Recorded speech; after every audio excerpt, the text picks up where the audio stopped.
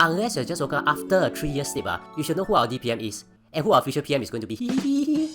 And when he talks, we must listen. And recently, he spoke about how Singapore is facing a green economic landscape and the plan that will take Singaporeans forward. Maybe he also every night cannot sleep.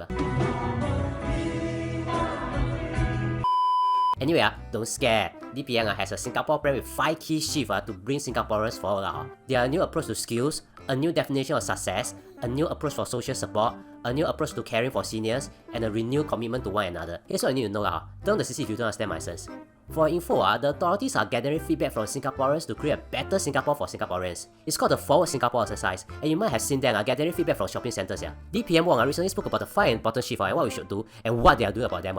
For a start, we need to change this. We should all think less of I, me, and my, and think we, us, and ours. Meaning now, we should help each other wherever possible. Next is education. No, we cannot remove more exams. Instead, DPM Wong say on our side, we should give ourselves and our kids more breathing space for other talents other than what's taught in school. For workers, we all should upskill. If not, ChatGPT might replace you. So on the government side, they are going to reduce the cost for skills future course and reduce the barriers to entry. Cause use ChatGPT also need skills one. If you know the correct prompts, you can get it to be a virtual assistant, or even get it to code a robot for you to make coffee. Oh my goodness. Oh, that one didn't go skills future.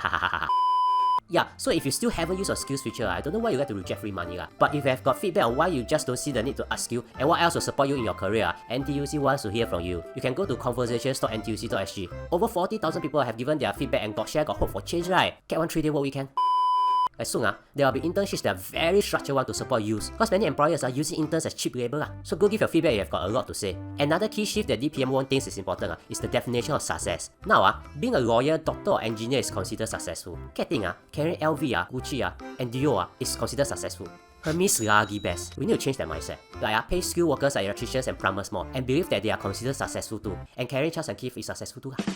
Cause all these takes is actually a mindset change. Like how you started to like your fierce science teacher, Mr. Wee, after he sang a song during Children's Day. Also, another thing that DPM say is that we must help the vulnerable more. Don't need to firm down. Now, this can be achieved, but we should be prepared to pay more for that. Cause let's face it, when you donate money to charity, your world becomes lighter, right? And if the government helps the vulnerable, the money has to come from somewhere, right? We all got to play a part. You got more, pay more. Got less, get more subsidies. So this is also one of the reasons why GST is increasing. Since some of them are used to build infrastructure for the elderly, for all of us to enjoy. If not money drop from the sky, which means next time, if you want to show that you're kind, post an image of you paying for GST.